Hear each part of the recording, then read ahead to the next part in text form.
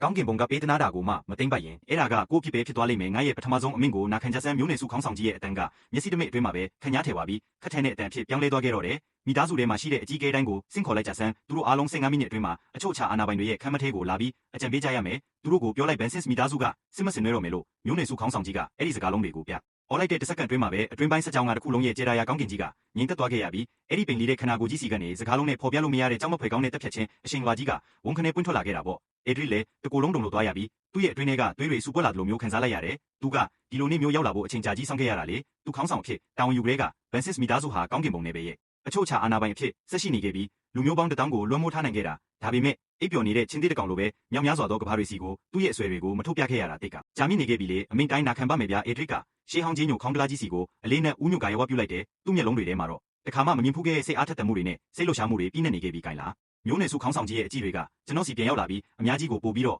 နူးညံ့သွားခဲ့ရတယ်မင်းကမိသားစုအတွက်အနိုင်မဲ့အောင်မြင်မှုတရင်ကောင်းကိုတည်ဆောင်လာပေးတာအကြံပေးကောင်စီအစည်းအဝေးပြီးသွားတာနဲ့မင်းရဲ့အခြေခံအုံးမြစ်ကိုငါကိုယ်တိုင်သုံးလုပ်ပေးမယ်ကျွန်တော်ရဲ့အခြေခံအုံးမြစ်ကိုသူကိုယ်တိုင်သုံးလုပ်ပေးမယ်ဟုတ်လားကျွန်တော်နှလုံးသားကဝန်ခနဲ့ခုန်တက်သွားခဲ့ရတယ်ဒါကစစ်မှန်တဲ့မတင်မျိုးတယောက်လေဗျာကျင့်ကြံခြင်းတောင်မဆရသေးတဲ့ကျွန်တော်လို့လူသားတယောက်ရဲ့အခြေခံအုံးမြစ်ကိုတက်ရှိထင်ရှားမတင်မျိုးကြီးကိုယ်တိုင်သုံးလုပ်ပေးမယ်ဆိုတာကောင်းကင်ဘုံကိုစန့်ကျင်တဲ့အခွင့်ထူးခံအခွင့်ရေးကြီးပဲပေါ့တကယ်လို့သာဒီတရင်ကအပြင်ကိုပေါက်ကြားသွားရင်ကောင်းကင်ဘုံနယ်ပယ်တစ်ခုလုံးကလူတွေယူသွတ်သွားကြမှာတေချာတယ်တခြားမတင်မျိုးမင်းဆက်တွေရဲ့တွင်းသားစစ်ကလေးတွေတောင်မှဒီလိုမျိုးဂုံထူးဆောင်အခွင့်အရေးမျိုးကိုဘယ်တော့မှရနိုင်မှာမဟုတ်ဘူးလေကျေးဇူးတင်ပါတယ်အဖိုးပြကျွန်တော်လည်းရင်ထဲကပောက်ကွဲလို့မတက်ဖြစ်နေတဲ့ဝမ်းသာအားရမှုကိုဖိနေထားလိုက်ပြီးယူရိုတေတေဂါယဝပြုတ်လိုက်တာပေါ့ကဲသွားကြတော့ဟုမျိုးနွယ်စုခေါင်းဆောင်ကြီးကလက်တစ်ဖက်ကိုဝှေ့ရမ်းပြလိုက်တဲ့အေဒရစ်ကိုင်လာကိုအချို့ချအာဏာပိုင်တွေရဲ့ခမ်းမထဲကိုခေါ်သွားလိုက်တော့ငါလည်းမကြခင်လိုက်လာခဲ့မယ်ဟုတ်ကဲ့ပါအဖေအေဒရစ်ကပြင်ဖြေလိုက်ပြီးကျွန်တော်လက်ကိုဆွဲကအပြင်ကိုလှည့်ထွက်ခဲ့တော့တယ်သူ့ရဲ့မျက်နှာမူရာကစိတ်လှုပ်ရှားမှုတွေနဲ့ထချွတ်နေတာပေါ့ကျွန်တော်ဒီတစ်ချိန်မှာအကွက်ချလိုက်တာတကယ်ကိုမှန်ကန်သွားပြီဆိုတာကျွန်တော်သိလိုက်ရပြီစနစ်ကြီးကိုမိသားစုလက်ထဲအပ်လိုက်တာကတကယ်ကိုပါနဲ့တဲ့လှုပ်ရှားမှုကြီးပဲဗျာအသက်အန္တရာယ်ရှိလာပါတယ်ဆိုတဲ့ခိုင်းဖက်မစ်ရှင်တွေကနေလွတ်မြောက်သွားယုံတယ်မဟုတ်ပဲဘာမှမလုပ်ရဘဲနဲ့ကြီးမားလာတဲ့ကန်တရားကောင်းကြီးတွေကိုပါတခါတည်းသိမ့်ပိုက်နိုင်ခဲ့တာလေဒီလိုလှုပ်ရှားမှုမျိုးကိုစနစ်ကြီးကိုပြန်ပြီးအကွက်ဆင်လိုက်တာလို့ခေါ်တာပေါ့ကျွန်တော်နဲ့အေဒရစ်တို့မတင်မျိုးကူပြီးမနေကနေထွက်လာပြီးတားမြင့်နေမီရဲ့ပြင်ပကိုပြန်ရောက်လာခဲ့ကြတယ်ဘန်ဆစ်မိသားစုရဲ့ဘိုးဘွားပိုင်နေမီတစ်ခုလုံးကိုဖုံးလွှမ်းထားတဲ့ကြောက်မဖွယ်ကောင်းတဲ့မတင်မျိုးအရှင်ဝါကြီးကတော့တဖြည်းဖြည်းချင်းပြန်လည်ရုပ်သိမ်းသွားခဲ့ပြီးဒါပေမဲ့ဘန်ဆစ်မိသားစုဝင်တိုင်းကတော့စောစောကအခြေအနေကြောင့်ထိတ်လန့်နှုတ်လုံးမှုတွေထဲမှာလမ်းပြောင်းနေကြတော့ပဲဘသူကမှလွတ်လွတ်လပ်လပ်မလှုပ်ရှားရဲကြသေးဘူးလေသူတို့တွေအရှင်အေဒရစ်နဲ့တခင်လေးကင်လာတော့နှစ်ယောက်စလုံးတားမြင့်နေမီရှိရဘက်ကနေဘေးကင်းကင်းနဲ့ထွက်လာတာကိုမြင်လိုက်ရတဲ့အခါမှာတော့လူတိုင်းရဲ့အကြည့်တွေကသူတို့နှစ်ယောက်စီမှာပဲချက်ချင်းကြောက်ရောက်သွားခဲ့ကြတော့တယ်အထူးသဖြင့်အရှင်အေဒရစ်ရဲ့မျက်နှာပေါ်မှာဖုံးကွယ်မထားနိုင်လောက်အောင်ဖြစ်နေတဲ့စိတ်လှုပ်ရှားမှုတွေနဲ့ယူသွမတက်ဝမ်းသာအားရဖြစ်မှုတွေကိုမြင်လိုက်ရတဲ့အပြင်တခင်လေးကင်လာရဲ့လက်ကိုလည်းအနီးကပ်တွဲကင်ထားတာကိုမြင်လိုက်ရတဲ့အခါမှာတော့ပေါ့လူတိုင်းရဲ့စိတ်ထဲမှာကြီးမားတဲ့မေးခွန်းအန်ထုံမှုတွေဖြစ်ပေါ်လာခဲ့ကြပြီးဘာတွေဖြစ်ဖြစ်နေတာလဲအရှင်ကတခင်လေးအတွက်နဲ့မျိုးနွယ်စုခေါင်းဆောင်ကြီးကိုတွားနိုးတာလေတခင်လေးစီမှာတခုခုဖြစ်သွားလို့များလားမဟုတ်တော့ပါဘူးအရှင်ရဲ့မျက်နှာမူရာကိုပဲကြည့်ဦးလေတာကရှင်းရှင်းလင်းလင်းကိုတရင်ကောင်းအကြီးကြီးဖြစ်နေတာပဲဒါပေမဲ့ဘလို့တရင်ကောင်းမျိုးမို့လို့မျိုးနွယ်စုခေါင်းဆောင်ကြီးကိုယ်တိုင်ထွက်လာရလောက်အောင်ထိဖြစ်ရတာလေလူစုလူဝေးကြီးတစ်ခုလုံးတန်တရားတွေစိုးရိမ်ပူပန်မှုတွေနဲ့ဝေခွဲမရဖြစ်နေကြတော့မှာပဲအမြင့်မြတ်ဆုံးအရှင်ကတော့ဤနဲ့အဆုံးမရှိတဲ့စိတ်လှုပ်ရှားမှုတွေရောပြောနေတဲ့အေဒရစ်ရဲ့စကားတန်ကြီးကဘန်ဆစ်မိသားစုရဲ့မြင့်မြတ်တဲ့ကျုံးကြီးတစ်ခုလုံးစီကိုဟိမ့်ထွက်ပြီးပြည့်နှံသွားခဲ့ရတော့တယ်ငါရဲ့အမိန်တိုင်းပဲမိသားစုထဲမှာရှိတဲ့အကြီးအကဲတိုင်း15မိနစ်အတွင်းအချို့ချအာဏာပိုင်တွေရဲ့ခမ်းမထဲကိုအခုချက်ချင်းလာပြီးအကြံပေးကြရမယ်ဘယ်သူမှပြက်ကွက်လို့မရဘူးအမိမနာခံတဲ့သူတွေကိုမိသားစုဥပဒေတိုင်းအပြတ်အသက်ရေးယူမယ်ဝန်ခနဲ့ပဲဒီအမိန်ကြီးကဘန်ဆစ်မိသားစုတစ်ခုလုံးမှာရှိတဲ့အကြီးအကဲတိုင်းကိုဆင့်ခေါ်လိုက်ပြီးကြီးမားလာတဲ့လိုင်းတံပိုးတွေကိုချက်ချင်းထူးထူးခြားခြားပေါ်ပေါက်လာစေခဲ့တော့ပါပဲဒါကဘန်ဆစ်မိသားစုသမိုင်းမှာအမြင့်ဆုံးဆင့်ရှိတဲ့အကြံပေးအဖွဲ့အစည်းအဝေးကြီးဆိုတာလုံးဝတေချာတာပေါ့ဒီလိုဆင့်တန်းရှိတဲ့အစည်းအဝေးမျိုးကိုနောက်ဆုံးအချိန်ခေါ်ယူခဲ့တာကလွန်ခဲ့တဲ့နှစ်ပေါင်းနှစ်သိန်းကလေးအဲ့ဒီတုန်းကအဲ့ဒီပျက်စီးလို့နီးပါးဖြစ်နေတဲ့ကဘာကြီးကိုအပြည့်ပိုင်အပြတ်အသက်တွားရောက်တိုက်ခိုက်သိမ်းပိုင်မလားဆိုတာဆုံးဖြတ်ဖို့ခေါ်ခဲ့တာဒါဆိုရင်အခုလဲဒီအမိန့်ကိုကြားလိုက်ရတဲ့ဘန်ဆင်မိသားစုဝင်တိုင်းရဲ့ရင်ထဲမှာတော့မန်းဆက်ချက်အကြီးကြီးတစ်ခုကယူမတက်ပြင်းပြင်းထန်ထန်ပေါ်ထွက်လာခဲ့ကြပြီဘန်ဆစ်မိသားစုကနောက်တစ်ကြိမ်ထပ်ပြီးစစ်မစင်နွဲတော့မှလာမျက်စိတမိတ်အတွင်းမှာပဲဘန်ဆစ်မိသားစုရဲ့မြင့်မြတ်တဲ့ကျုံးကြီးတစ်ခုလုံးအုံထွက်သွားခဲ့ရတော့တယ်တရားထိုင်အောင်နေကြတဲ့ရေတွက်လို့မရတဲ့စွမ်းအားရှင်ကြီးတွေဟာသူတို့ရဲ့အခန်းတွေရဲ့ကနေဝန်ခနဲ့ပွင့်ထွက်လာခဲ့ကြပြီးနက်ပြအလင်းနဲ့များအဖြစ်ပြောင်းလဲကအချို့ချအာဏာပိုင်တွေရဲ့ခမ်းမစီကိုအချိန်ပြည့်နဲ့ပြေးထွက်သွားကြတော့ပါပေါ့မိသားစုရဲ့အလုပ်ကိစ္စတွေလုပ်နေကြတဲ့သူတွေကလည်းသူတို့လက်ထဲကအရာအလုံးကိုချက်ချင်းချထားလိုက်ကြပြီးမျက်နှာတွေမှာစိတ်လှုပ်ရှားမှုတွေမျောလင်းချက်တွေပြီးနဲ့အချို့ချအာဏာပိုင်တွေရဲ့ခမ်းမရှိရဘက်ကိုလမ်းကြည့်လိုက်ကြတယ်တခြားကဘာတစ်ခုကိုသွားပြီး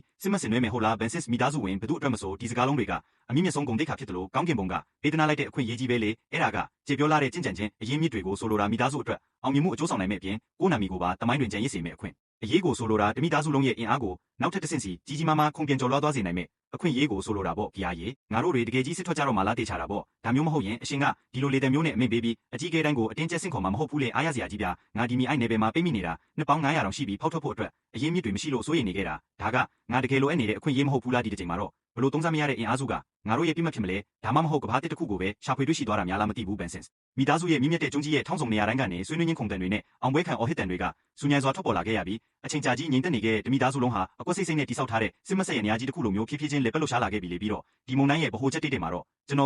်အဖေအေဒရီရဲ့နောက်ကနေကပ်လိုက်ရင်အေးလူပဲအချို့ချာအာနာပိုင်တွေရဲ့ခမ်းမစီကိုပြန်တန်းသွားခဲ့တာပေါ့လန်ခီမှာကျွန်တော်တို့ကိုလက်မြင်လိုက်ရတဲ့ဘန်စစ်မိသားစုဝင်တိုင်းဟာအသက်ဝါဘလောက်ပဲကြီးတဲ့အကြီးအကဲဖြစ်အင်အားဘလောက်ပဲကြီးတဲ့အဆောင်ဖြစ်သူတို့ရဲ့ခြေလမ်းတွေကိုချက်ချင်းရက်တက်လိုက်ကြပြီးကျွန်တော်တို့နှစ်ယောက်စလုံးကိုအထူးသဖြင့်ကျွန်တော်ကိုပေါ့ယိုလိုတေနဲ့ဦးညွတ်ကာယဝပြုကြတော့ပါပဲအရှင်နဲ့တခင်လေးကိုယိုတေစွာနဲ့ကာယဝပြုပါတယ်ဗျာသူတို့ရဲ့မျက်လုံးတွေထဲမှာယိုတေခံရမှုတွေဆက်စုချင်းစိတ်တွေနဲ့စိတ်အားထက်သန်မှုအရေးအယောင်လေးတွေအပြည့်ရှိနေကြတာလောကကြီးမှာဘာတွေတကယ်ဖြစ်ပြအသွားလေးဆိုတာသူတို့တေချာအတိအကျမတိကျသေးပေမဲ့လည်းဒီနေရာမှာရှိတဲ့သူတွေကအေးတွေမှမဟုတ်တာအရှင်ကတခင်လေးနဲ့အတူတားမြင့်နေမြေကနေအခုတင်ပဲထွက်လာခဲ့ပြီးတာနဲ့ဒီလောက်ထိကြီးမားလာတဲ့ဆုံးဖြတ်ချက်ကြီးကိုချက်ချင်းကြီးညာလိုက်တာလေဒီကိစ္စကတခင်လေးကင်လာနဲ့လုံးဝခွဲခြားလို့မရအောင်ဆက်ပတ်သက်နေရဆိုတာမျက်စိစိမ့်စိမ့်နဲ့ကြည့်ရင်တော့အထင်ရှားကြီးပေါ့ဒါမျိုးသာမဟုတ်ရင်တခင်လေးကိုဒီကိုခေါ်လာစရာအကြောင်းကိုမရှိဘူးလေအရှင်တယောက်တည်းသွားလို့ရတာပဲဟာတခင်လေးပဲအသက်တစ်ဆက်ရှင်နဲ့ဘေးရှိသေးတဲ့ကျင့်ကြံခြင်းကိုတောင်တရားဝင်မဆရသေးတဲ့ဒီလူငယ်လေးကပဲတမိသားစုလုံးကိုအုံထပ်ပြီးတောက်လောင်သွားအောင်လုပ်လိုက်တာလေအရက်မျက်နှာအတီးတီးကနေကျွန်တော်စီကိုလမ်းပြလိုက်ကြတဲ့ထူးဆန်းတဲ့အကြည့်တွေကိုကျွန်တော်အသေးချာခံစားနေရတယ်ပြီးတော့ကျွန်တော်ရဲ့နားထဲမှာလည်းတခင်လေးကိုယိုသေးစွာဂါယဝပြုပါတယ်ဗျာဆိုရဲ့ရင်ထဲကလာတဲ့အော်ဟင်းနို့စက်တန်တွေဆူညံနေခဲ့ပြီးကျွန်တော်နှလုံးသားထဲမှာလည်းခံစားချက်တွေနဲ့တီးနေခဲ့ရပြီးတိတ်ကိုမိုက်တယ်ဗျာမယုံနိုင်လောက်အောင်ကိုမိုက်လုံးတယ်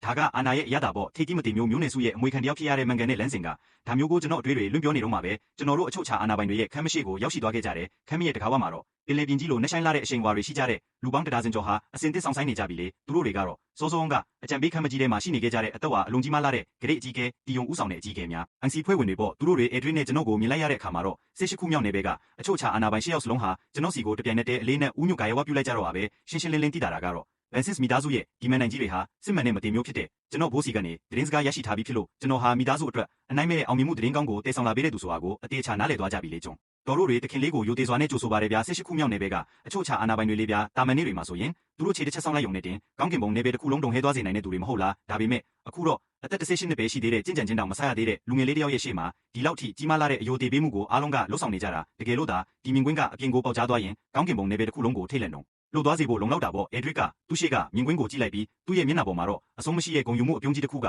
အတိုင်းသားဖြန့်ကျက်သွားခဲ့ရတော့တဲ့သူကအကြီးကဲတွေကိုတားမနေပါဘူးဘာဖြစ်လို့လဲဆိုတော့သူ့ရဲ့တားဖြစ်သူဟာဒီလိုဥညွတ်ကာယဝပြုမှုကိုခံယူဖို့ထိုက်တယ်နေဆိုတာသူသိနေလို့ပဲကျွန်တော်ရင်ထဲမှာလည်းနည်းနည်းတော့လှုပ်ခတ်သွားရပြီမဲ့စိတ်ကြီးဝင်သွားတာမျိုးတော့အဖြစ်မခံပါဘူးဒီအကြီးကဲတွေကကျွန်တော်ကိုယ်တိုင်ကိုဥညွတ်နေကြတာမဟုတ်ပဲကျွန်တော်မိသားစုစီယူဆောင်လာပေးတဲ့ကောင်းကင်ဘုံကအခွင့်အရေးကြီးကိုဥညွတ်နေကြတာဆိုတာကျွန်တော်အသေးချာရှင်းရှင်းလင်းလင်းနားလည်ထားလို့ပေါ့ကျွန်တော်ရှေ့ကိုခြေတလန်းတိုးလိုက်တယ်ပြီးတော့အကြီးကဲတွေကိုအလိုက်တလေးပြန်ပြီးဥညွတ်ကာယဝပြုလိုက်ပြီးနှင်းချတဲ့လေတံလေးနဲ့ပြောလိုက်တယ်အကြီးကဲတို့ဗျာဒီလောက်ထိအယိုသေးပေးဖို့မလိုပါဘူးကျွန်တော်ဒါကိုမခံယူရဲပါဘူးမိသားစုရဲ့အောင်မြင်မှုဂုဏ်သိက္ခာဆိုတာအဖွဲ့ဝင်တိုင်းရဲ့စူးစမ်းအားထုတ်မှုနဲ့ခွဲခြားလို့မရပါဘူးကျွန်တော်ကတော့အချိန်ခါနဲ့နေရာအမှန်မှာကြုံကြိုက်သွားရုံတက်ပါကံကောင်းသွားတာတက်ပါပဲလို့ပေါ့ဒီစကားတွေကဘာဖြစ်ပြောစရာမှမရှိအောင်ကွက်တီပဲဗျာကျွန်တော်ရဲ့နှင်းချမှုကိုပြသနိုင်ခဲ့တယ်လို့အောင်မြင်မှုအကျိုးကျေးဇူးတွေကိုလည်းတမိသားစုလုံးစီအနံ့လိုက်တာဆိုတော့အဲ့ဒီနေရာမှာရှိနေတဲ့အကြီးကဲတိုင်းကဒါကိုကြားလိုက်ရတဲ့အခါမှာတော်တော်လေးကိုသဘောကျခြင်းနဲ့သွားကြတော့တယ်ဟာကိုင်လာမင်းကလည်းတိတ်ကိုနှင်းချလုံးနေပြီဗျာတဲ့ဒေါသကြီးလာပါတယ်ဆိုတဲ့စံပင်နီနဲ့အချို့ချာအာနာပိုင်မဂနက်စ်ရဲ့မျက်နှာပေါ်မှာတော့အခုချိန်မှာဘာဝေခွဲမရမှုအရေးအယောင်မှမရှိတော့ပဲစိတ်လှုပ်ရှားမှုတွေနဲ့ချီးကျူးတန်တွေပဲရှိတော့တယ်ကံကောင်းတာကလည်းစွမ်းအားရဲ့အစိတ်ပိုင်းတစ်ခုပဲကိုင်လာရဲ့ဘန်စစ်မိသားစုအတွက်တော့ဒီလောက်ထိကြီးမားတဲ့ကံတရားကောင်းကြီးတွေနဲ့ပြည်စုံတဲ့မင်းလိုကလေးတယောက်ရှိနေမှာတော့ဘာကိစ္စမျိုးကိုမစိုးမအောင်မြင်မှာစိုးရင်စရာလိုမလားတဲ့အမှန်ပါပဲဗျာဟုတခြားအာကြီးကဲတယောက်ကလည်းထောက်ခံလိုက်တဲ့တခင်လေးလှုပ်ဆောင်ခဲ့တာကခေတ်ဆက်သမိုင်းတွင်ကျန်ရစ်မဲ့အောင်မြင်မှုအကျိုးဆောင်မှုကြီးပြကျွန်တော်တို့ရဲ့ဒီဥညွတ်မှုကိုကျွန်တော်တို့ဝမ်းမြောက်ဝမ်းသာနဲ့ပဲပေးအပ်တာပါလို့ပေါ့ဂရိတ်အကြီးကဲတီယုံရဲ့မုံဝါးဝါမျက်လုံးတွေထဲမှာလည်းအခုတော့ရွှေရောင်လင်းနှန်းတွေဖြတ်ခနဲလှုပ်ခတ်သွားခဲ့ပြီးသူကျွန်တော်ကိုအကြာကြီးစိုက်ကြည့်လိုက်ပြီးမှဖြည်းဖြည်းချင်းခေါင်းညှိပြတဲ့တခင်လေးမင်းကစိတ်နေစိတ်ထားတည်ငြိမ်ပြီးမမာနထောင်လွှားတာမျိုးစိတ်မြင်လက်မြင်ဖြစ်တာမျိုးလည်းမရှိဘူးပဲမင်းကမိသားစုအတွက်ကောင်းချီးမင်္ဂလာတစ်ခုပဲအရှင်ကတော့တားကောင်းတယောက်ကိုမွေးမြူနိုင်ခဲ့တာပဲဗျာတဲ့အာဟာအေဒရစ်ကတော့ကြေလောင်လောင်ကြီးရေမောလိုက်တော့တယ်သူ့ရဲ့စိတ်အခြေအနေကလုံးဝကုန်ကိုအားရကျင်နေတာလေမိသားစုထဲမှာအသက်ဝါကြီးဆုံးဖြစ်တဲ့ဂရိတ်အကြီးကဲကြီးကိုယ်တိုင်ကသူ့သားကိုလူသိရှင်ကြားချီးကျူးလိုက်တာဟာသူ့ကိုယ်သူချီးကျူးခံရတာထက်တောင်ပိုပြီးတော့သဘောကျစေခဲ့ရပေါ့အကြီးကဲများကောင်စီထဲမှာတီယုံတယောက်ပဲဒီလောက်ထိအသက်ဝါကြီးတာဗျကျန်တဲ့သူအများစုကတော့ကျွန်တော်ဦးလေးတွေရဲ့မျိုးဆက်တွေလို့သတ်မှတ်လို့ရတဲ့ဥပမာဘန်စစ်မိသားစုရဲ့တတိယမြောက်အကြီးကဲဖြစ်တဲ့စံပင်နီနဲ့အခြားအိုချာအာနာပိုင်မဂနက်ဆိုရင်ကျွန်တော်ရဲ့တတိယမြောက်ဦးလေးပေါ့ကဲကောင်းပါပြီကျွန်တော်တို့အားလုံးဒီပြင်မှာမတည့်ရမနေကြပါနဲ့တော့အထဲကိုဝင်ပြီးစကားပြောကြရအောင်ဟုအေဒရစ်ကလက်တစ်ဖက်ကိုဝေ့ရမ်းပြပြီးအချို့ချာအာနာပိုင်တွေရဲ့ခမ်းမထဲကိုအရင်ဆုံးရှောက်ဝင်သွားခဲ့တယ်ကျွန်တော်လည်းသူ့နောက်ကနေကပ်လိုက်သွားပြီးအကြီးကဲတွေကလည်းသူတို့ရဲ့အဆင့်တန်းနဲ့ယာထူးလိုက်အစီအစဉ်အတိုင်းဝင်လာကြတာပေါ့ခမ်းမရဲ့အတွင်းပိုင်းမှာတော့လေတုကခညားထဲဝါပြီးတီကြီးလေးနဲ့နေခဲ့ပြီးအေဒရစ်ကခမ်းမရဲ့အထက်တိတ်တွေမှာရှိတဲ့အရှင်းရဲ့ရာဇပလင်ပေါ်ကိုဘာတွေဝေမှုမှမရှာဤပဲချက်ချင်းဝင်ထိုင်လိုက်တယ်ပြီးတော့သူ့ရဲ့ဘက်မှာတော့သူ့ရဲ့အောက်တဆင့်ထဲမှာရှိတဲ့ယာထူးနေရာကိုကိုစားပြုရဲ့အဲ့ဒီထိုင်ခုံကြီးရှိနေတာပေါ့လူတိုင်းရဲ့အကြည့်တွေကအလိုရောက်ပဲအဲ့ဒီခုံစီကိုရောက်သွားကြတယ်အဲ့ဒီနောက်ခမ်းမရဲ့ဗဟိုချက်တိတ်တွေမှာရက်နေတဲ့ကျွန်တော်စီကိုကြည့်လာကြပြီးသူတို့ရင်ထဲမှာတော့မက်ဆေ့ချ်တစ်ခုကိုအတူတူထွက်ပေါ်နေကြပြီမဲ့ဘသူကမှတော့ထုတ်ပြီးမပြောရကြသေးဘူးအေဒရစ်ကသူ့အောက်ကအကြီးကဲတွေကိုငုံကြည့်လိုက်ပြီးလေးနဲ့တဲ့အတန်နဲ့လမ်းပြောတယ်မင်းတို့အားလုံးရဲ့ရင်ထဲမှာတန်တဲတွေရှိနေကြမှငါသိတာပေါ့ငါဘာဖြစ်လို့ရုတ်တရက်ကြီးမျိုးနေစုခေါင်းဆောင်ကြီးကိုတွားလို့ရတာလဲပြီးတော့ဘာဖြစ်လို့အမြင့်ဆုံးဆင်းရှိတဲ့အကြံပေးဖွဲ့အစည်းအဝေးကြီးကိုခေါ်ယူရတာလဲလို့ပေါ့အကြီးကဲတိုင်းကအသက်ရှူတန်တွေကိုအောင်ထားလိုက်ကြပြီးတီကြီးလေးနဲ့တဲ့မျက်နှာတွေနဲ့သူ့ကိုစိုက်ကြည့်ရင်အဖြေထွက်ပေါ်လာမယ့်အချိန်ကိုစောင့်မျှော်နေကြတယ်အထက်တန်းကြဆုံးအကြီးကဲအများစုကတော့အခြေအနေကိုအကြံဖြင့်သိထားကြပြီးသားဖြစ်ပေမဲ့ပေါ့အေဒရစ်ကသူတို့ကိုအကြာကြီးအချ အိမ်ဆွဲပြီးစိတ်မလို့ရှားစေပါဘူးသူ့ရဲ့အကြည့်တွေကတခမ်းမလုံးကိုဖျက်ပြေးသွားခဲ့ပြီးသူကတလုံးချင်းစီအလေးနဲ့ပြောလိုက်တယ်ဘာဖြစ်လို့လဲဆိုတော့ဗန်စစ်မိသားစုဟာအရင်မြစ်တွေအလွန်မင်းကျွယ်ဝလာတဲ့ကဘာတစ်ဆက်ဆက်တစ်ခုကိုရှာဖွေတွေ့ရှိထားလို့ပဲအဲ့ဒါကအမြင့်ဆုံးဆင့်ရှိတဲ့စမ်းကြဲတဲ့ကဘာတစ်ခုဖြစ်ပြီးအခုချိန်မှာတော့ပြည်တွင်းပရန်ပါရာပလိပခါတွေကြားထဲမှာပိတ်မိနေတယ်လို့ပေါ့သူတို့တွေစောကြီးကလေးကဂျိုဒင်မန်စ်ထားခဲ့ကြပြီမဲ့လေအေဒရစ်ကိုတိုင်းဒီစကားလုံးတွေကိုထုတ်ပြောလိုက်တဲ့အခါမှာတော့တခမ်းမလုံးမှာထိတ်လန့်တကြားနဲ့အသက်ပြင်းပြင်းရှူလိုက်ကြတဲ့အတန်တွေဆူညံစွာထွက်ပေါ်လာခဲ့ရပြန်တယ်အကြီးကဲတိုင်းရဲ့မျက်နှာပေါ်မှာဖုံးကွယ်မထားနိုင်လောက်တဲ့ပျော်ရွှင်မှုတွေနဲ့ထိတ်လန့်နှုံလုံးမှုတွေအတိုင်းသားပေါ်လာခဲ့တာပေါ့အရင်မြစ်တွေကျွဲဝါပြီးပြည်တွင်းပလိပခါတွေကြောင့်ပြိုကွဲနေတဲ့ကဘာတစ်ဆက်ဆက်တစ်ခုဒီအချက်၃ချက်ပေါင်းစည်းသွားရင်ဘာကိုဆိုလိုတာလဲဆိုတာဒီနေရာမှာရှိတဲ့သူတိုင်းအသေးချာကောင်းကောင်းကြီးသိတာပေါ့အဲ့ဒါကအတိုင်းစားမရှိတဲ့ရတနာတိုက်ကြီးပဲလေအဲ့ဒါကဗန်စစ်မိသားစုရဲ့အခြေခံအုတ်မြစ်ကိုနောက်ထပ်တစ်ဆင့်စီကြီးကြီးမားမားခုန်ပြန်ကျော်လွှားသွားစေနိုင်လောက်တဲ့အထိကောင်းကင်ဘုံကပေးသနာလိုက်တဲ့အခွင့်အရေးကြီးပဲအကိုကျွန်တော်တို့ရဲ့အရှင်ဒါကတကယ်ကြီးလားဗျာဟုစံပင်နီနဲ့အချို့အခြားအာနာပိုင်နွဲဗလွင်ကစိတ်လှုပ်ရှားလုံးလို့မတည့်ရက်လိုက်မိပြီးတုံရီနေတဲ့လေတံနဲ့လက်မိတ်လိုက်တဲ့တေချာပေါက်အမှန်တရားပေါ့ဟုအေဒရစ်ကဂုံယူစွာနဲ့ပြန်ပြောလိုက်တယ်ဒီကိစ္စကိုမျိုးနယ်စုခေါင်းဆောင်ကြီးကိုယ်တိုင်အတေချာအတည်ပြုပေးပြီးပြတဲ့မျိုးနယ်စုခေါင်းဆောင်ကြီးကိုယ်တိုင်အတည်ပြုပေးတယ်ဟုတ်လားအဲ့ဒီစကားလုံးတွေကလူတိုင်းရဲ့ရင်ထဲမှာရှိနေတဲ့နောက်ဆုံးတန်တရားရဲ့အယောင်လေးကိုပါအပြီးတိုင်မောင်းထုတ်ရှင်လင်းပြလိုက်တော့ပါပဲစစ်မှန်တဲ့မတင်မျိုးတယောက်ကတော့ဘယ်တော့မှမမနိုင်ဘူးလေအားရစရာကြီးပြကောင်းကင်ဘုံကတော့ဗန်စစ်မိသားစုကိုတကယ်ပဲမျက်နှာသာပေးလိုက်ပြီးနှစ်ပေါင်း2သိန်းလောက်ငြိမ်သက်နေခဲ့ပြီးတဲ့နောက်မှာတော့အခုနောက်ဆုံးမှာမြောင်များစွာသောကဘာတွေကိုဗန်စစ်မိသားစုရဲ့နာမည်ကိုနောက်တစ်ကြိမ်ထပ်ပြီးတုံဟဲသွားအောင်လုပ်ပြရမယ့်အခွင့်အရေးရောက်လာခဲ့ပြီပဲအဲ့ဒီလိုနဲ့ခမ်းမကြီးတစ်ခုလုံးချက်ချင်းပဲဝန်ခနဲ့စူညံပွက်လို့လိုက်သွားခဲ့ရတော့တဲ့အကြီးကဲတိုင်းဟာစိတ်လှုပ်ရှားလုံးလူမျက်နှာတွေတန်းရဲတက်လာကြပြီးဗန်စစ်မိသားစုရဲ့စစ်တပ်ကြီးကအဲ့ဒီကဘာကိုအပြတ်အသက်ချေမှုန်းပြီးစစ်တုံးပန်းတွေရတနာတွေပြီးနဲ့အောင်ပွဲခံပြန်လာကြတာကိုသူတို့မျက်စိထဲမှာမြင်အောင်နေကြသလိုပဲအေဒရစ်ကလက်တစ်ဖက်ကိုမြောက်ပြီးလေထုထဲကိုညင်သာစွာဖိနှိပ်ပြလိုက်တဲ့ခမ်းမကြီးတစ်ခုလုံးချက်ချင်းပဲပြန်လည်ညင်သက်သွားခဲ့တာပေါ့သူ့ရဲ့အကြည့်တွေကဂုံယူမှုတွေချစ်ခင်မြတ်နိုးမှုတွေပြီးနဲ့ကျွန်တော်စီမှာလာပြီးရက်တန့်သွားခဲ့တယ်ပြီးတော့ဗန်စစ်မိသားစုစီကိုဒီလိုကောင်းကင်ဘုံကပေးသနာလိုက်တဲ့အခွင့်အရေးကြီးတည်ဆောင်လာပေးတဲ့သူကတော့တခြားသူမဟုတ်ပါဘူးငါရဲ့တားကင်လာပဲဖြစ်တယ်လို့ပြောလိုက်တယ်မျက်စိတမိတ်အတွင်းမှာပဲလူတိုင်းရဲ့အကြည့်တွေကကျွန်တော်စီကိုနောက်တစ်ချိန်ထပ်ပြီးစိုက်ကြလာခဲ့ကြပြန်ပြီးဒီတစ်ချိန်မှာတော့ယူသေးခံရမှုတွေနဲ့စိတ်အားထက်သန်မှုတွေအပြင်သူတို့ရဲ့မျက်လုံးတွေထဲမှာရင်ထဲကလာတဲ့လိုက်လိုက်လဲလဲကျေးဇူးတင်ရှိမှုတွေပါကန့်ညီနေခဲ့တာဗျကျွန်တော်ကတော့ဘာမှနမလည်းမပါဘူးနှင်းချလုံးတာမျိုးလည်းမရှိပဲတည်ငြိမ်တဲ့မျက်နှာမူအရာနဲ့ပဲအကြည့်တိုင်းကိုရင်ဆိုင်လိုက်တဲ့နောင်ကြရင်ဒီလိုနေ့မျိုးတွေကရိုးအီနေအောင်ကြုံရတော့မှာဆိုတော့အခုကလေးကကျင်သားရအောင်လုပ်ထားတာကပိုကောင်းတာပေါ့ဂိုင်လားဒီကိုလာခဲ့ဒီနေရာမှာဝင်ထိုင်စမ်းဟုအေဒရစ်ကကျွန်တော်ကိုလန့်ခေါ်ပြီးသူ့ဘေးနားကလွတ်နေတဲ့ထိုင်ခုံကြီးကိုညွှန်ပြလိုက်တယ်သူအဲ့ဒီလိုပြောလိုက်တဲ့တစ်စက္ကန့်မှာပဲတခမ်းမလုံးကလူတွေစွန့်ဦးကြောင်ဖြစ်သွားကြရတော့ပါပဲအတိတ်တုန်းကဆိုရင်အဲ့ဒီထိုင်ခုံကမျိုးနယ်စုခေါင်းဆောင်ကြီးကိုယ်တိုင်ကြွရောက်လာတဲ့အချိန်မျိုးဒါမှမဟုတ်မိသားစုတစ်ခုလုံးတည်ရရှင်ရေးဘေးအနေနဲ့ကြုံတွေ့နေရလို့အသက်ဝါကြီးဆုံးဖြစ်တဲ့အချို့အခြားအာဏာပိုင်အကြီးအကဲအနေငယ်စုပေါင်းပြီးဆုံးဖြတ်ချက်ချတဲ့အချိန်မျိုးတွေမှာအားပဲတုံးခဲ့တာလေအဲ့ဒီလိုအချိန်မျိုးကြမှာပဲအဲ့ဒီခုံပေါ်မှာလူထိုင်ခွင့်ရှိခဲ့တာဒါကိုအခုကျင့်ကြံချင်းတောင်မဆရသေးတဲ့တခင်လေးကိုအဲ့ဒီခုံပေါ်မှာထိုင်ခိုင်းနေပြီလေဒါကရိုးရိုးရှင်းရှင်းအတိမပြူတာမျိုးထက်အများကြီးကိုကြော်လွန်သွားခဲ့ပြီးဒါကကျွန်တော်ကိုအရှင်နဲ့တန်းတူဆုံးဖြတ်ပိုင်ခွင့်ရှိတဲ့အုပ်ချုပ်သူတယောက်လိုမျိုးဆက်ဆံလိုက်တာပဲအဲ့ဒါကိုမှဘယ်တယောက်ကမှတော့ထွက်ပြီးမကန့်ကွက်ရဲကြဘူးဘာဖြစ်လို့လဲဆိုတော့လူတိုင်းနားလည်ထားကြလို့ပဲလေခစ်ဆက်ဆက်တမိုင်းတစ်လျှောက်မှာမကြုံစဘူးကဘာတစ်ခုကိုရှာဖွေတွေ့ရှိခဲ့တဲ့အောင်မြင်မှုအကျိုးဆောင်မှုကြီးနဲ့တင်ကျွန်တော်ကဒီခုံပေါ်မှာထိုင်ဖို့အပြည့်အဝထိုက်တန်နေပြီလေဟုတ်ကဲ့ပါအဖေကျွန်တော်လည်းညှင်းဆန်မနေတော့ပါဘူးဒီလိုချိန်မျိုးမှာလာပြီးနှင်းချဟန်ဆောင်နေတာကပို့ပြီးတော့အမြင်ကက်စရာဖြစ်သွားလိမ့်မယ်ဆိုတာကျွန်တော်သိတာပေါ့ကျွန်တော်ကအေးအေးဆေးဆေးပဲအေဒရီရဲ့ဘေးနားကိုရှောက်သွားပြီးဘရန်ပရာကြောက်စိမ့်လုံးကြီးတစ်ခုလုံးကိုထုစစ်ထားတဲ့အဲ့ဒီရာဇပတ်လင်ကြီးပေါ်မှာဝင်ထိုင်လိုက်တယ်ကျွန်တော်ထိုင်လိုက်တဲ့တစ်စက္ကန့်မှာပဲဗန်စစ်မိသားစုတစ်ခုလုံးရဲ့ကန်တရားရှင်ကွာတွေကကျွန်တော်နဲ့မတဲမကွဲဖြစ်ပြီးတတိထားမိဖို့ခက်ခဲတဲ့ဆက်နွယ်မှုတစ်ခုဖြစ်ပေါ်လာခဲ့တာကိုအတေးချခံစားလိုက်ရတာပေါ့အဲ့ဒီအချိန်မှာပဲဗန်စစ်မိသားစုရဲ့အမြင့်မြတ်ဆုံးအရှင်ကွာကြီးကဝန်ခနဲ့ကျဆင်းလာခဲ့တဲ့အချို့အခြားအာဏာပိုင်တွေရဲ့ခမ်းမတစ်ခုလုံးမှာနေရာမပေါင်းတောင်းဟာတပြိုင်နက်တည်းတုံဟဲမြည်ဟိသွားခဲ့ရတာပေါ့နေရာမတွေကမျက်စိနဲ့မြင်နိုင်တဲ့ပုံသဏ္ဍာန်တွေအဖြစ်ပြောင်းလဲသွားခဲ့ပြီးဟင်းလင်းပြည့်လူထဲမှာရွှေရောင်ကြပန်းတွေကပွင့်ပြီးတပွင့်ဝေစာစွာပွင့်ထွက်လာခဲ့ကြတဲ့ရှေးဟောင်းကြီးညိုခေါင်းတလားတွေကမျိုးနယ်စုခေါင်းဆောင်ကြီးတကယ်ပဲကြွရောက်လာခဲ့ပြီးအရှင်အေဒရစ်အပါဝင်လူတိုင်းရဲ့မျက်နှာတွေကချက်ချင်းဒီကြီးလေးနဲ့တွားခဲ့ရတယ်သူတို့အားလုံးတပြိုင်နက်တည်းမတက်ရက်လိုက်ကြပြီးခမ်းမရဲ့အထက်လေးထုထဲကိုယိုရိုတေတေနဲ့ဥညွတ်ကာရဝပြုလိုက်ကြတာပေါ့မျိုးနယ်စုခေါင်းဆောင်ကြီးကိုကြိုဆိုပါတယ်ဗျာအဲ့ဒီပိန်လေးတဲ့လူကြီးကြီးကအရှင်ရဲ့ရာဇပတ်လင်အထက်မှာဘာတန်မှမရှိပဲရုတ်တရက်ပေါ်ထွက်လာခဲ့တယ်သူကတလောကလုံးနဲ့တသားတည်းပေါင်းစည်းပြီးအဲ့ဒီနေရာမှာအစကတည်းကထိုင်နေခဲ့တယ်လို့မျိုးပဲဒါကဗန်စစ်မိသားစုရဲ့မျိုးနယ်စုခေါင်းဆောင်ကြီးပေါ့အားလုံးထချဆန်းပါဟုမျိုးနယ်စုခေါင်းဆောင်ကြီးရဲ့ရဲရှာအတန်ကြီးထွက်ပေါ်လာခဲ့တယ်သူကသူ့အောက်မှာမတ်တရက်နေကြတဲ့စင်းနှစ်ယောက်ကျော်ရှိတဲ့အချို့အခြားအာဏာပိုင်အကြီးအကဲတွေကိုဝိပက်ကြည့်လိုက်ပြီးမှသူ့ရဲ့အကြည့်တွေကိုကျွန်တော်စီမှာလာပြီးပုံသေးတက်မှတ်လိုက်တယ်သူ့ရဲ့မုံဝါးဝါမျက်လုံးတွေထဲမှာတော့ကျင်းနဲ့အားရတဲ့အပြုံးရိပ်အယောင်လေးတစ်ခုကန့်ညီနေခဲ့တာပေါ့ငါဒီနေ့မင်းတို့ကိုဒီနေရာကိုဆင့်ခေါ်လိုက်တာကကိစ္စတစ်ခုတည်းအတွက်ပဲဟုသူ့ရဲ့အတန်ကကြေကြေလောင်လောင်ကြီးမဟုတ်ပေမဲ့လူတိုင်းရဲ့နားထဲကိုတော့ရှင်းရှင်းလင်းလင်းရောက်ရှိသွားခဲ့တယ်ဒီနေ့ကစားပြီးဗန်စစ်မိသားစုဟာစစ်မစင်နွဲဖို့အမြင့်ဆုံးအဆင့်ပြင်ဆင်မှုအခြေအနေရဲ့ကိုချင်းကပ်ဝင်ရောက်သွားပြီးပြင်ပကိုခီးသွားနေတဲ့မိသားစုဝင်တိုင်းကိုအခုချက်ချင်းအိမ်ပြန်လာဖို့ချက်ချင်းအမိန့်ပေးဆင့်ခေါ်လိုက်ကြဆန်းတရားထိုင်အောင်နေကြတဲ့ဂရိတ်အကြီးကဲတိုင်းကိုလည်းသွားပြီးနှုတ်လိုက်ကြဆန်းမိသားစုရဲ့ရတနာတိုက်ကြီးတစ်ခုလုံးကိုလည်းအပြေးဝါဖွင့်လှစ်လိုက်ပြီးအရင်မြင့်အားလုံးကိုဒီစစ်စင်ရဲ့အတွက်အရင်ဆုံးဦးစားပေးထုတ်သုံးကြဆန်းလို့အမိန့်တွေတစ်ခုပြီးတစ်ခုမျိုးနယ်စုခေါင်းဆောင်ကြီးရဲ့ဘာဆက်ကနေစက်တိုက်ထွက်ပေါ်လာခဲ့တော့တယ်ဘာမှငင်းခုန်နေစရာမလိုပဲလုံးဝကုန်ကိုပြစ်သားလုံးနဲ့အမိန့်တွေပေါ်တီယုံဂရိတ်အကြီးကဲတီယုံကရှေ့ကိုခြေတလန်းတက်လာခဲ့ပြီးယူရိုတေတေပြန်ဖြေလိုက်တယ်မင်းကမိသားစုထဲမှာရှိတဲ့လက်နက်သုံးလုပ်တဲ့ပညာရှင်တိုင်းနဲ့အစီရင်မာစတာတိုင်းကိုတာဝန်ယူကြီးကြရမယ်ခုနှစ်ရက်အတွင်းမှာဗန်စစ်မိသားစုရဲ့စစ်တပ်ကြီးကိုကဘာတွေချင်းချင်းဘေးကင်းကင်းနဲ့ဖျက်ကျော်တည်ဆောင်သွားနိုင်လောက်တဲ့အထိအားကောင်းလာတဲ့ကောင်းကင်တရားတကားဦးကြီးတစ်ခုကိုငါမြင်ချင်တဲ့အမိန့်တိုင်းပါပြမျိုးနယ်စုခေါင်းဆောင်ကြီးဟုဂရိတ်အကြီးကဲကြီးရဲ့ခန္ဓာကိုယ်ဟာဝန်ခနဲ့လုတ်ခတ်သွားရတဲ့သူ မျက်လုံးတွေရဲ့ကနေကြောက်မဖွယ်ကောင်းတဲ့ရွှေရောင်လင်းနှန်းတွေပွင့်ထွက်လာခဲ့ပြီးအမင်းကိုအလေးနဲ့ခံယူလိုက်တာပေါ့စံပီနီနဲ့အချို့ချအာနာပိုင်မဂနက်စ်ကလည်းရှေးကိုခြေတလန်းတက်လာခဲ့တယ်သူ့ရဲ့တိုက်ပွဲဝင်လို့စိတ်တွေကအထွတ်ထိပ်ကိုရောက်နေတာလေမင်းကတာဝန်ယူရမယ်မိသားစုရဲ့စစ်အင်အားမှန်သမျှကိုအကုန်စုစည်းလိုက်ဆန်းစကိုင်းလေးတစ်ပိုင်းမိုက်နဲ့အာမီဘရိတ်ကာဆိုတဲ့စစ်တပ်ကြီး၃ခုစလုံးကျင့်ကြံသူစစ်တီတော်ပေါင်းတန်းစလုံးကိုပေါ့ငါသူတို့ကိုခုနှစ်ရက်အတွင်းမှာအကုန်စင်တင်စုစည်းဥစေချင်နဲ့ဘယ်ချိန်မဆိုစစ်ထွက်နိုင်တဲ့အခြေအနေမျိုးနဲ့ပေါ့တာဝန်ကိုအောင်မြင်အောင်ထမ်းဆောင်ပါမယ်ဗျာဟုမဂနက်စ်ကလောင်ချိုင်တဲကနေလူခါနီးဖြစ်နေတဲ့ကြောက်မဖွယ်ကောင်းတဲ့ကြားရဲကြီးတစ်ကောင်လိုပဲစိတ်လှရှားလုံးလို့အာရပါရဟင်းဟောက်လိုက်တော့ပါပဲမျိုးနွယ်စုခေါင်းဆောင်ကြီးကအမင်းတွေကိုတစ်ခုပြီးတစ်ခုစက်တိုက်ထုတ်ပြန်နေခဲ့ပြီးကဘာချင်းချင်းဖြတ်ကျော်တိုက်ခိုက်သိမ်းပိုက်မဲ့ကြီးမားလာတဲ့စီမံကိန်းကြီးကိုအကွက်စိတ်စိတ်နဲ့စနစ်တကျခွဲဝေပေးနေခဲ့တာပေါ့ခမ်းမထဲမှာရှိတဲ့အကြဤကေတိုင်းတာဝန်တစ်ခုစီရရှိခဲ့ကြပြီးတယောက်ချင်းစီကလည်းစစ်ထွက်ဖို့အစဉ်သင့်ဖြစ်နေကြသလိုစကားလုံးနဲ့ပေါ်ပြလို့မရနိုင်လောက်အောင်လဲစိတ်လှရှားထချွတ်နေခဲ့ကြပြီးအဆုံးသတ်မှာတော့မျိုးနွယ်စုခေါင်းဆောင်ကြီးရဲ့အကြည့်တွေကကျွန်တော်စီမှာလာပြီးရက်တန့်သွားခဲ့တယ်ပြီးတော့တခမ်းမလုံးဟာမျက်စိတမိတ်အတွင်းမှာပဲချက်ချင်းငြိမ်သက်သွားခဲ့ရပြီးအတချောင်းကြရင်အောင်အတန်ကြားရလောက်မဲ့ထီကိုတိတ်ဆိတ်သွားခဲ့ရတော့တယ်လူတိုင်းကသူတို့ရဲ့အသက်ရှူတန်တွေကိုအောင်ထားလိုက်ကြတယ်အေထွေးကိုယ်တိုင်တောင်မှသူ့ရဲ့အဖေနဲ့တားဖြစ်သူကိုဆက်စုချင်းစိတ်မျောလင်းချက်တွေအနေငယ်စီနဲ့စိုက်ကြည့်နေတာပေါ့ခေတ်ဆက်ဆက်တမိုင်းတစ်လျှောက်မှာမကြုံစဘူးအောင်မြင်မှုအကျိုးဆောင်မှုကိုယူဆောင်လာပေးတဲ့မိသားစုရဲ့ကောင်အချီမင်္ဂလာလို့အမွှန်းတင်ခံထားရတဲ့ဒီတက်ခင်လေးကိုမျိုးနွယ်စုခေါင်းဆောင်ကြီးကဘလို့အဆင့်တဲမျိုးပေးမလဲဆိုတာသူတို့အားလုံးသိချင်နေကြတာလေဂုံထူးဆောင်နေတဲ့စစ်စင်ရဲရဲ့နမီခန်တင်နာပရိကျုပ်အဖြစ်ခန့်အပ်မလားဒါမှမဟုတ်စိတ်အေးချမ်းသာစွာနဲ့ကျင့်ကြံနိုင်ဖို့အတွက်အဆုံးမရှိတဲ့ကျင့်ကြံခြင်းအရေးမြစ်တွေကိုပေးမလားဒါမှမဟုတ်ရင်လေနောက်ထပ်ခေါင်းဆောင်ကြီးရဲ့တူးတဲသောအမွေခံအဖြစ်တန်းပြီးသတ်မှတ်လိုက်ပြီးတမိသားစုလုံးကိုကြီးညာလိုက်မလားပေါ့ကျွန်တော်လည်းနည်းနည်းတော့ရင်ခုန်နေတာပေါ့ဗ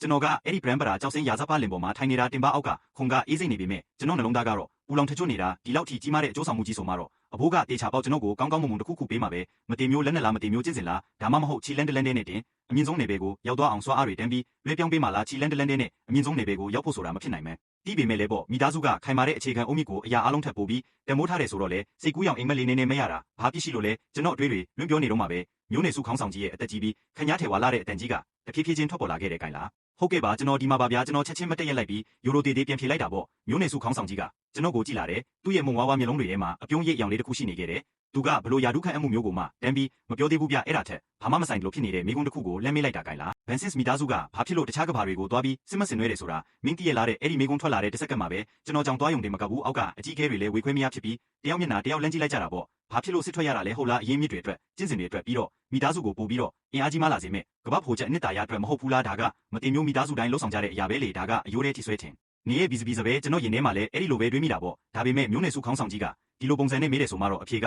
ဒီလောက်ထိရိုးရှင်းမှမဟုတ်ဘူးဆိုတာကျွန်တော်သိတာပေါ့ကျွန်တော်စကားလုံးတွေကိုခဏလောက်ချိန်စလိုက်ပြီးမှတေးသေးချာချာပြန်ဖြေလိုက်တဲ့အဘိုးကိုပြန်ဖြေရမယ်ဆိုရင်တော့ဘန်စစ်မီသားစုဟာအဆုံးမရှိတဲ့မြောက်များစွာသောကဘာတွေရဲ့အထွတ်ထိပ်မှာထာဝရရက်တည်နေနိုင်ဖို့အတွက်ပြီးတော့ဘန်စစ်မီသားစုရဲ့ဂုဏ်တိတ်ခါအရှင်လာတွေကခေတ်ဆက်ဆက်ကိုဖြစ်တန်းပြီးပဲတော့မမမင်းမင်းပဲတောက်ပနေနိုင်ဖို့အတွက်လို့ကျွန်တော်ထင်ပါတယ်လို့ပြောလိုက်တယ်ဒီစကားတွေကခညားထဲပါပြီးတင့်တော်ရောက်ပတ်တာပေါ့စံပြဖြေတစ်ခုပဲဒါပေမဲ့မျိုးနယ်စုခေါင်းဆောင်ကြီးကခေါင်းရမ်းပြတယ်မင်းဖြေတာတဝက်ပဲမနဲ့သူကပင်ကြီးတဲ့လက်ညှိုးတစ်ချောင်းကိုဆန့်ထုတ်လိုက်ပြီးအရှင်အဒရိကနေဂရိတ်အကြီးကဲတီယုံထိအဲ့ဒီနောက်အချုပ်ချာအာနာပိုင်အကြီးကဲတိုင်းစီကိုညွန်ပြလိုက်တယ်ငါတို့တွေတိုက်ခိုက်သိမ်းပိုက်ကြတယ်လူယူကြတယ်မိသားစုကိုအင်အားကြီးအောင်လုပ်ကြတယ်အဆုံးသတ်မှာအားတော့ဘာအတွက်လဲမျိုးနယ်စုခေါင်းဆောင်ကြီးရဲ့အတန်ကခဏလောက်နားလိုက်ပြီးသူ့ရဲ့အကြည့်တွေကနောက်ဆုံးမှအတိုင်းဆမရှိတဲ့နူးညံ့မှုတွေနဲ့အတူကျွန်တော်စီပြန်ရောက်လာခဲ့တယ်အဲ့ဒါကငါတို့ရဲ့သားသမီးမျိုးဆက်တွေအနေနဲ့ငါတို့တုံးကလေးမျိုးသွေးနဲ့မိကြတဲ့မှာအသက်ရှင်တန်ဖို့အတွက်ရုန်းကန်နေစရာမလိုအောင်လို့ပဲအဲ့ဒါကငါတို့ရဲ့သားသမီးမျိုးဆက်တွေအနေနဲ့ငါတို့ရဲ့ပခုံးပေါ်မှာမတက်ရက်ပြီးပုံမမြမပုံမဝေးလံတဲ့မိုးကုတ်ဆက်ဝိုင်းတွေကိုလက်မြင်နိုင်အောင်လို့ပဲအဲ့ဒါကငါတို့ရဲ့သားသမီးမျိုးဆက်တွေအနေနဲ့မွေးကလေးကအထွတ်ထိပ်မှာရှိနေပြီးဘသူကတက်မလဲဘသူကကြက်မလဲဆိုတာကိုသူတို့ကိုယ်တိုင်ဆုံးဖြတ်ပိုင်ခွင့်ရှိလာအောင်လို့ပဲတဲ့သူ့ရဲ့စကားလုံးတွေကအလေးနဲ့ရှိလာတာမိုးကြိုးပစ်ချလိုက်တယ်လို့ပဲရိုက်ခတ်သွားခဲ့ရတော့တ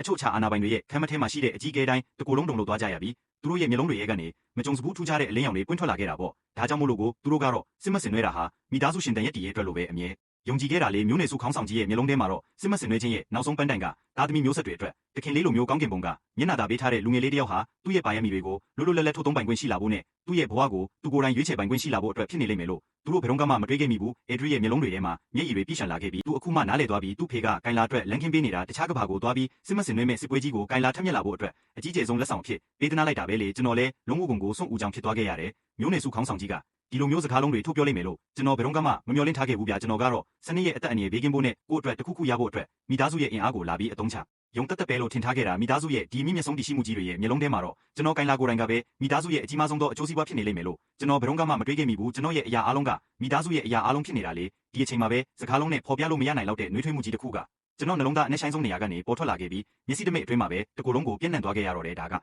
မိသားစုပေါ့ကိုယ့်ရဲ့နောက်ွယ်မှာအားကိုးရမယ့်သူရှိနေရဲ့ဆိုရဲခံစားချက်ကဒါမျိုးကိုကိုင်လာမျိုးနယ်စုခေါင်းဆောင်ကြီးရဲ့အတန်ကနောက်တစ်ကြိမ်ထွက်ပေါ်လာခဲ့ပြီးကျွန်တော်ကိုအငှမင်တဲ့နေရာကနေလက်တွေ့ပေါ်ထဲပြန်ဆွဲခေါ်လိုက်တယ်ဗျဒီစစ်စင်ရေးနဲ့ပတ်သက်လို့မင်းရဲ့တာဝန်ကတိုက်ပွဲတွေကိုပြေးဝင်ဖို့လည်းမဟုတ်ဘူးစစ်မဟာဗျူဟာတွေချမှတ်ဖို့လည်းမဟုတ်ဘူးမျိုးနယ်စုခေါင်းဆောင်ကြီးကကျွန်တော်ကိုကြည့်ပြီးတလုံးချင်းစီတေးသေးချာချာပြောလိုက်တယ်မင်းရဲ့တာဝန်ကတခုတည်းပဲရှိတယ်အဲ့ဒါကတော့စိတ်အေးချမ်းသာစွာနဲ့ကျင့်ကြံဖို့ကြီးထွားလာဖို့ပြီးတော့မင်းအတွက်ပြင်ဆင်ထားတဲ့ဒီပွဲတော်ကြီးကိုအားရပါ ရတာခံစားသုံးဖို့ပဲအဲ့ဒီကဘာရဲ့အရာအားလုံးသူ့ရဲ့အရင်းမြစ်တွေဗဟိုချက်အနှစ်သာရတွေနဲ့နီယာမတွေအားလုံးကမင်းစိတ်ကြိုက်ယူဝင်သုံးဆွဲဖို့ဖြစ်လာလိမ့်မယ်အဲ့ဒါတွေကမတင်မျိုးလမ်းစဉ်ပေါ်ကမင်းရဲ့လမ်းကြောင်းအတွက်အခြေခံအုံမြင့်ကြောက်တုံးတွေဖြစ်လာမှာပေါ့အဲ့ဒီအမောင်အချုပ်ချာအာနာပိုင်ဆိုရဲ့ကောင်တွေအဲ့ဒီဒေါ်လန်ပုံကံမှုကိုစတင်ခဲ့တဲ့အရင်းမြစ်ဆိုရဲ့ကောင်တွေနဲ့ပတ်သက်လို့တော့မျိုးနယ်စုခေါင်းဆောင်ကြီးရဲ့လေတံကပေါ်ဘာနဲ့အရေးမပါသလိုပြောင်းလဲသွားခဲ့ရင်မဲ့အထဲမှာတော့လုံးဝညှင်းဆန်လို့မရတဲ့လွှမ်းမိုးချုပ်ကင်မှုအရှိန်အဝါတွေပြည့်နေခဲ့တယ်ငါတို့ကမင်းအတွက်အတားဆီးမှန်သမျှကိုအကုန်ရှင်းလင်းပေးမှာမို့လို့မင်းကတော့စစ်ပွဲပြီးသွားတဲ့အချိန်ကျမှအောင်ပွဲရဲ့အတိအပွင့်တွေကိုလာပြီးတင်းစိတ်ုံပဲလို့တဲ့မျိုးနယ်စုခေါင်းဆောင်ကြီးရဲ့စကားလုံးတွေကလူတိုင်းရဲ့ရင်ထဲမှာဘုံတလုံးစီပောက်ကွဲလိုက်တယ်လို့ပဲဖြစ်သွားခဲ့ရတော့တယ်ယူသွဆရာကြီးဗျာဒါကတကယ်ကိုယူသွလုံးတာပဲတမိသားစုလုံးရဲ့အင်အားရှိသမျှအကုန်ထုတ်သုံးပြီးကဘာတွေချင်းချင်းဖြတ်ကျော်မယ်စစ်ပွဲကြီးကိုဆင်နွှဲတာဟာကြင်ကြံချင်းတောင်မဆရသေးတဲ့လူငယ်လေးတယောက်အတွက်လက်ဆောင်ဖြစ်ပေးဖို့တက်တခင်လေးကိုစိတ်အေးချမ်းသာစွာကြင်ကြံနိုင်စေပြီးလန်ကင်းပေးဖို့တက်ပဲလေဒါကဘလောက်ထိအလိုလိုက်တာလဲဘလောက်ထိလွှမ်းမိုးချုပ်ကင်နိုင်စွမ်းရှိတာလဲဗျာအောက်ကအကြီးခဲတွေကတော့ကြက်တီတီနေကြပြီးဘာဆက်တွေလဲကြက်ဥတလုံးစာလောက်ထိအကျေကြီးဟပြဲနေကြတော့တာပေါ့မျိုးနယ်စုခေါင်းဆောင်ကြီးကတခင်လေးကိုအကြီးအကျယ်ဆုလက်တွေပေးလိမ့်မယ်လို့ပဲသူတို့ထင်ထားခဲ့ကြတာဒီလိုပုံစံမျိုးဖြစ်လာလိမ့်မယ်လို့တော့ဘရုံကမှမမျှော်လင့်ထားခဲ့ဘူးလေဒါကဆုလက်ပေးတာမျိုးတော့မဟုတ်တော့ဘူးဒါကတကဘာလုံးကိုအထုတ်လိုက်ပိုးလိုက်ထုတ်ပိုးပြီးတခင်လေးရဲ့ကိုပိုင်ပစ္စည်းဖြစ်အပိုင်ပေးလိုက်တာပဲစံပင်နီနဲ့အချို့ချာအာနာပိုင်မဂနက်စ်ကတခုခုပြောချင်လို့ဘာသာဟလိုက်ပေမဲ့အဆုံးသတ်မှာတော့စကားတခုပဲမနေညှစ်ထုတ်နိုင်ခဲ့တဲ့အမလေးဗျာဒါမျိုးကြီးထိပါလှုပ်လို့ရတဲ့ပေါ့လေတဲ့သူကျွန်တော်ကိုကြဤတဲ့အကြည့်တွေထဲမှာတော့အားကြမှုတွေမနာလိုမှုတွေနဲ့ပြီးနေခဲ့ရပေါ့သူတို့ကဆိုရင်အချို့ချာအာနာပိုင်နယ်ပယ်ကိုဖောက်ထွက်နိုင်ဖို့အတွက်ပြင်ပကစစ်တလင်းတွေမှာတေးပေးနဲ့မကြာခဏရင်ဆိုင်ခဲ့ရတာလေသူခန္ဓာကိုယ်ရဲ့ကအယိုးတိုင်းကလည်းအကြိမ်ကြိမ်လီကြိုးကြခဲ့ရတာအခုတော့ဒီကောင်လေးကြတော့ဘာမှတောင်လုပ်เสียမလို့ပဲကဘာကြီးတစ်ခုလုံးကိုပါစနာထိလာကျွေးနေပြီလေပြီးတော့ဒီမှာဆိုလို့ဆိုပြီးအယိုးတွေကိုပါအရင်ဆုံးအကုန်လိုက်ကောက်ပေးနေကြသေးတာအေးဗျာအချင်းချင်းနိုင်ရှင်ရတာကတကယ်ကိုစိတ်ပြက်စရာပဲဂရိတ်အကြီးကဲတီယုံလဲတပြင်းရွှေကြီးတစ်ချက်ချလိုက်မိတာပေါ့အဲ့ဒီနောက်မှာတော့သူ့မျက်နှာပေါ်မှာစိတ်သက်သာရသွားတဲ့အပြုံးတစ်ခုပြန်ကားသွားခဲ့တယ်သူမျိုးနယ်စုခေါင်းဆောင်ကြီးရဲ့ရည်ရွယ်ချက်ကိုနားလည်သွားပြီလေဒါကရိုးရိုးရှင်းရှင်းအလိုလိုက်နေတာတက်မဟုတ်ဘူးဒါကကျွန်တော်အပေါ်မှာရင်းနှီးမြှပ်နှံလိုက်တာပဲမိသားစုကသူ့ရဲ့အနာဂတ်တစ်ခုလုံးကိုပုံအောပြီးကဘာတစ်ခုရဲ့အရင်းမြစ်တွေကိုတုံးကအနာဂတ်မတင်မျိုးတယောက်ကိုမွေးမြူစင်တင်ပေးလိုက်တာလေဘလို့ပဲတွက်ဒီကိုအကကြီးမားတဲ့အမျက်ဆုံးကြီးရမှာတေးချတယ်အေဒရီရဲ့မျက်နှာကလည်းစိတ်လှုပ်ရှားလုံးလို့တန်းပြီးညီရဲတက်လာခဲ့ရတယ်သူဝုန်းခနဲ့မတက်ရက်လိုက်ပြီးမျိုးနယ်စုခေါင်းဆောင်ကြီးစီကိုအလေးနဲ့ဥညွတ်လိုက်တာပေါ့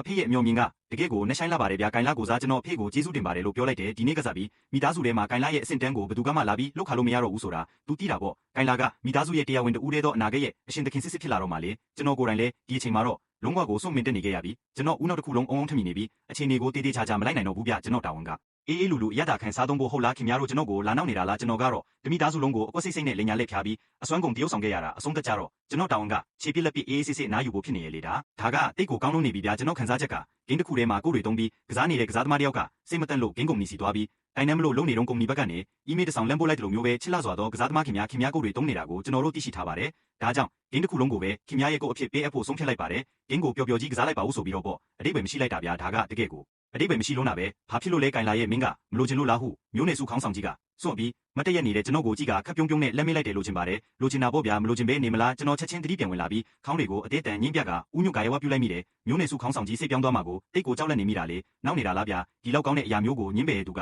လူစစ်စစ်ပဲရှိမှာပေါ့ကြောက်အနော်ရဲ့အပြုတ်မှုကြောင့်ခမ်းမကြီးတစ်ခုလုံးမှာအားလုံးကသဘောတကျနဲ့ဝိုင်းပြီးရေမောလိုက်ကြတော့တယ်အမြဲတမ်းဒီကြီးလေးနဲ့လာပါတယ်ဆိုတဲ့ဂရိတ်အကြီးကဲဒီယုံတော်မှမပြုံးပဲမနေနိုင်ခဲ့ရှာဘူးကဲတော်ကြဆန်းပါတော့ဟူမျိုးနယ်စုခေါင်းဆောင်ကြီးကလက်တစ်ဖက်ကိုဝေ့ရမ်းပြပြီးအားလုံးကိုငြိမ်သက်သွားအောင်အချက်ပြလိုက်တဲ့ကိစ္စကဆုံးဖြတ်ပြီးသွားပြီဆိုမှတော့အားလုံးသွားပြီးပြင်ဆင်စရာရှိတာတွေသွားပြင်ဆင်ကြတော့သူကျွန်တော်ကိုလန့်ကြည့်လိုက်တဲ့သူ့မျက်လုံးတွေထဲမှာတော့အကျဉ်းသားတွေပြီးနေခဲ့တာပေါ့ကိုင်လာမင်းကတော့ဒီမှာကြံခဲ့ဦးမင်းရဲ့အခြေခံအုံမြစ်ကိုငါကိုယ်တိုင်တုံးလုပ်ပေးမယ်လို့မင်းကိုငါဂတိပေးခဲ့ရမဟုတ်လားဒီနေ့ကစားပြီးမင်းကငါရဲ့နေအိမ်စီပြောင်းရွှေ့ပြီးကျင့်ကြံခြင်းလမ်းစဉ်ပေါ်ကိုမချီလန်းနိုင်တဲ့အထိအဲ့ဒီမှာပဲနေထိုင်ရမယ်တခင်လေးရဲ့အခြေခံအုံမြစ်ကိုသူကိုယ်တိုင်တုံးလုပ်ပေးမယ်ပြင်လူကိုယ်တိုင်လည်းအနီးကတင်ကြားပြတပေးဖို့အတွက်ပေါ်ခမ်းမထဲမှာရှိတဲ့အကြီးအကဲတွေလည်းနောက်တစ်ချိန်ထပ်ပြီးစက်တေသွားကြရပြန်နေဗျာဒီလိုမျိုးဆက်ဆံပေးတာက Bensons မိသားစုထဲမှာတည်းမဟုတ်ဘူးရှေးခေတ်ကလေးကနေအခုအထိကောင်းကင်ဘုံနယ်ပယ်တစ်ခုလုံးမှာတခါမှကိုမကြားဘူးခဲ့တဲ့ကိစ္စမျိုးလေးတက်ရှိထင်ရှားစစ်မှန်တဲ့မတင်မျိုးကြီးကိုယ်တိုင်ကလူသားတယောက်ရဲ့ကိုယ်ပိုင်အနီးကနေပြဖြစ်လာပေးမယ်တဲ့တကယ်လို့သာဒီသတင်းအပြင်ကိုပေါက်ကြားသွားရင်ဘသူကများလာပြီးယုံရဲမှာလည်းအကြီးအကဲတွေကျွန်တော်ကိုကြည့်တဲ့အကြည့်တွေကမနာလိုအားကြရာကနေလုံးဝကိုယိုတေခန့်ရတဲ့အကြည့်တွေဖြစ်ပြောင်းလဲသွားခဲ့ပြီးသူတို့ရဲ့မျက်စိရှိမှောက်မှာတင်အနာဂတ်ရဲ့အမြင့်မြတ်ဆုံးကျေပွင့်ကြဤတပွင့်ထွက်ပေါ်တောက်ပလာနေပြီဆို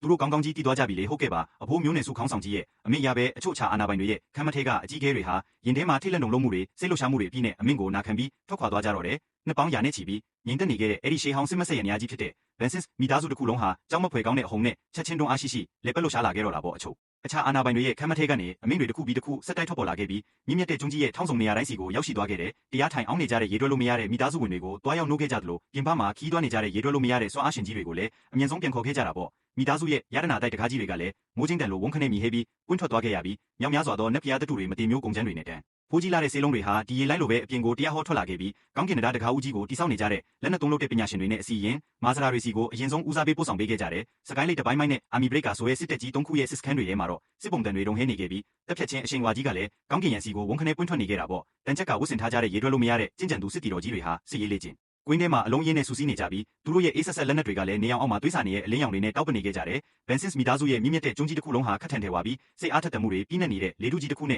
ဲ့လွှမ်းခြုံသွားခဲ့ရပြီလေ။မုန်တိုင်းကြီးကတော့လာနေပြီပြပြီးတော့ဒါတွေအားလုံးကိုစတင်လှုပ်ရှားအောင်လုပ်ခဲ့တဲ့မုန်တိုင်းရဲ့ဗဟိုချက်တိတ်တွေမှာရှိနေတဲ့ကျွန်တော်ကိုတော့အဖိုးဖြစ်သူကဘယ်သူမှမန်းစလို့မရနိုင်မဲ့နေရာတစ်ခုစီကိုခေါ်ဆောင်တော့အားခဲ့တယ်အဲ့ဒါကတော့ဂျင်းညုံမတေမျိုးခေါင်းကလာကြီးရှိနေတဲ့တားမြင့်နေမီရဲ့အတွင်းပိုင်းစကြောင်ငါကြီးတဲ့ပေါ့ကျေပြောလာတဲ့ဒီဂျေဒါယာကောင်းကင်ကြီးရဲ့အောက်ကိုနောက်တစ်ချိန်ထပ်ပြီးရောက်လာခဲ့တဲ့အခါမှာတော့ကျွန်တော်ရဲ့စိတ်အခြေအနေကအရင်တစ်ခေါက်ကနဲ့လုံးဝကိုကွဲပြားခြားနားနေခဲ့ပြီအဖိုးကျွန်တော်ရဲ့အခြေခံအုံးမြစ်ကိုဒီနေရာမှာပဲတုံးလုပ်ပေးမှလားဗျာဟုကျွန်တော်ကဆက်စုချင်းစိမ့်နဲ့ဘေးပတ်ပတ်လေကိုလှည့်ပတ်ကြည့်ရှုရင်းမေးလိုက်မိတဲ့စကြောင်ငါနီယာမတွေကမျက်စိနဲ့မြင်နိုင်တဲ့ပုံသဏ္ဍာန်တွေဖြစ်တည်ရှိနေပြီးမတင်မျိုးလန်းစင်ရဲ့အရှိန်ဝါတွေကလည်းအဆုံးစွန်ထိအုံးထနေရဲ့ဒီအတွင်းပိုင်းစကြောင်ငါကြီးဟာတကယ့်ကိုကျင့်ကြံခြင်းအတွက်အမြင့်မြတ်ဆုံးနေမြေကြီးတစ်ခုပဲလေတေချာပေါက်ဒီနေရာမှာမဟုတ်ဘူးပေါ့သူကစကြောင်ငါရဲ့ဗဟိုချက်တိတ်တွေမှာလွတ်မျောနေတဲ့ရှေးဟောင်းချင်းညိုခေါင်းကလာကြီးစီကိုညွန်ပြလိုက်တယ်ငါတို့အဲ့ဒီကိုသွားကြမယ်ဟုတ်ကဲ့ခေါင်းကလာတွေကိုလာပြကျွန်တော်လုံးဝကုန်ကိုစွန့်ဦးကြောင်ဖြစ်သွားရပြန်တယ်ဒါကကျွန်တော်ကိုလာပြီးပြလုံးထုတ်နေတာလားအဖိုးကစီးစနစ်တွေတိတ်ပြီးဂီယူမဆိုင်တတ်တဲ့သူမှန်းကျွန်တော်သိပါတယ်ဒါပေမဲ့ဒါကဘာပဲပြောအဖိုးရဲ့ကျင်းဆက်အိတ်ဆက်တဲ့နေရာလေးပြအဖိုးရဲ့ခေါင်းကလာထဲမှာလာပြီးကျွန်တော်ရဲ့အခြေခံအုံးမြစ်ကိုတုံးလို့ရမယ်လေလားတကယ်လို့ဒါဒီတရင်ကအပြင်ကိုပေါက်ကြားသွားရင်ကျွန်တော်နောက်နောင်ဗမျက်နှာနဲ့လောကလည်းမှာရှောက်သွားရတော့မှလဲတခြားမတင်မျိုးမင်းဆက်တွေရဲ့အမွေခံတော့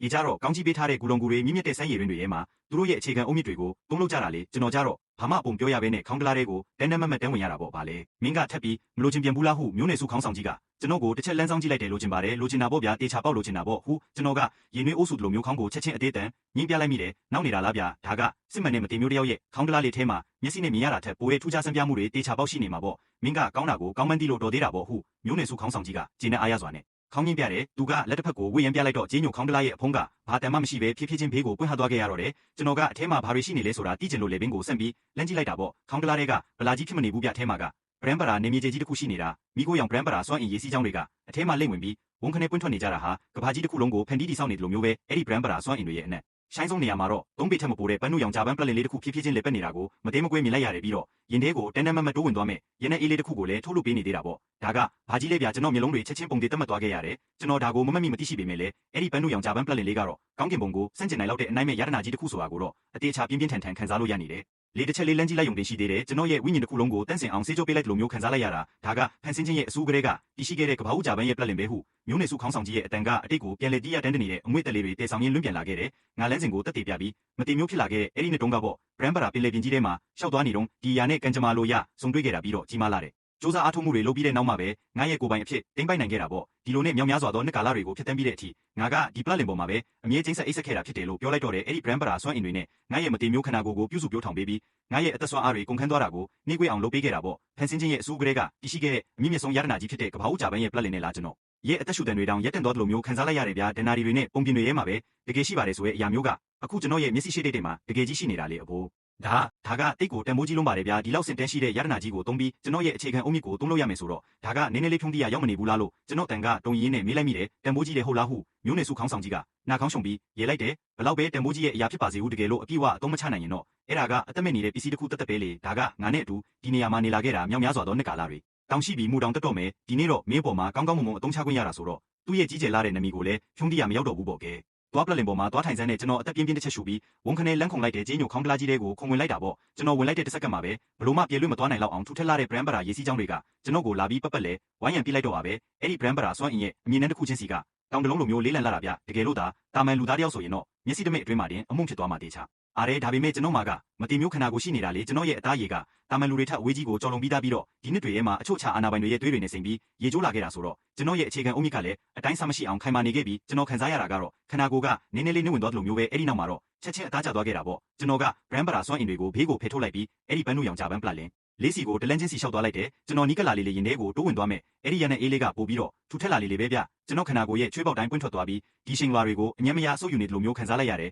ယ်နောက်ဆုံးတော့ကျွန်တော်ပလက်လင်ပေါ်ကိုရောက်ရှိသွားခဲ့ပြီးကျွန်တော်လည်းမျိုးနယ်စုခေါင်းဆောင်ကြီးရဲ့လှုပ်ဆောင်ချက်အတိုင်းပဲတင်ပလက်လင်ခွေထိုင်လိုက်တာပေါ့ကျွန်တော်ပလက်လင်ပေါ်မှာထိုင်လိုက်တဲ့တစ်စက္ကန့်မှာပဲပလက်လင်တစ်ခုလုံးကဝန်ခနဲ့တော့လှုပ်သွားရပြီးပန်းနုရောင်နက်ပြာအလင်းနှံပေါင်းတန်းနဲ့ချီပြီးပွင့်ထွက်လာခဲ့တယ်ပြီးတော့စကားလုံးနဲ့ဖော်ပြလို့မရနိုင်လောက်တဲ့စမ်းကြယ်လာတဲ့လမ်းစဉ်ရဲ့တုံခါမှုကြီးကကျွန်တော်ကိုမျက်စိတမိတ်အတွင်းမှာပဲလာပြီးပတ်ပတ်လဲရစ်ပတ်ပြစ်လိုက်တော့ပါပဲကျွန်တော်ရဲ့ဝိညာဉ်ကခန္ဓာကိုယ်ထဲကနေဖြတ်ခနဲထွက်သွားပြီးဖန်ဆင်းခြင်းအစိုးမတိုင်ခင်က brand ပါရာနေမြေကြီးတွေကိုရောက်ရှိသွားသလိုမျိုးခံစားလိုက်ရတယ်ဒီနေရာမှာတော့အချိန်လည်းမရှိဘူးဟင်းလင်းပြင်လည်းမရှိဘူးအထက်အောက်အရက်လေးမျက်နှာဆိုတာလေမရှိဘူးပြတန့်စင်ပြီးကနဦးကြဆုံးဖြစ်တဲ့လမ်းစဉ်ရဲ့အစီအနှစ်တွေပဲရှိနေတာ brand ပါရာစွမ်းအင်တွေကိုမိဖို့ဖြစ်သုံးပြီးမတင်မျိုးမိတော့ကိုတော့သူဖြစ်သုံးကမင်းရဲ့မတင်မျိုးအခြေခံအုတ်မြစ်ကိုပြန်လဲသုံးလုပ်ပြီးမင်းရဲ့ခန္ဓာကိုယ်ကိုအတစ်တဖန်ပြန်လဲတိဆောက်ဆန်းမှုမျိုးနယ်စုခေါင်းဆောင်ကြီးရဲ့စကားတန်ကကျွန်တော်ဦးနော်အထဲမှာထွက်ပေါ်လာခဲ့တဲ့နောက်တစ်စက္ကန့်မှာတော့အဆုံးမရှိတဲ့ brand ပါရာရေးစည်းကြောင်းတွေကကျွန်တော်ခန္ဓာကိုယ်စီကိုယူသွစွာနဲ့ဝန်ခနဲ့လိမ့်ဝင်လာကြတော့ပါပဲဝန်ခနဲ့ပဲကျွန်တော်ခန္ဓာကိုယ်ကြီးကပောက်ကွဲထွက်တော့မလို့မျိုးခံစားလိုက်ရတယ်ဗျာအဲ့ဒီ brand ပါရာစွမ်းအင်ကအတိုင်းစားမရှိအောင်လွန်မိုးချုပ်ကင်နိုင်စွမ်းရှိလုံးတာကျွန်တော်ရဲ့ခြေလက်အင်္ဂါတွေအယိုးတွေတွေးကြောတွေနဲ့ခန္ဓာကိုယ်အပေါက်ပြဲတွေကိုတရားဟောတိုးဝင်သွားပြီးကျွန်တော်ရဲ့အရာအလုံးကိုယူသွစွာနဲ့တိုက်စားရှင်းလင်းအပြီးအတိပြန်လုံးနေတာလေပူလောင်ပြင်းထန်တဲ့နာကျင်မှုတွေစိတ်ကူးလို့တောင်မရနိုင်လောက်တဲ့နာကျင်မှုကြီးကမျက်စိတမိတ်အတွင်းမှာပဲတကူလုံးကိုပြန့်နှံ့သွားခဲ့ရတော့တယ်ကျွန်တော်ရဲ့အယိုးတွေက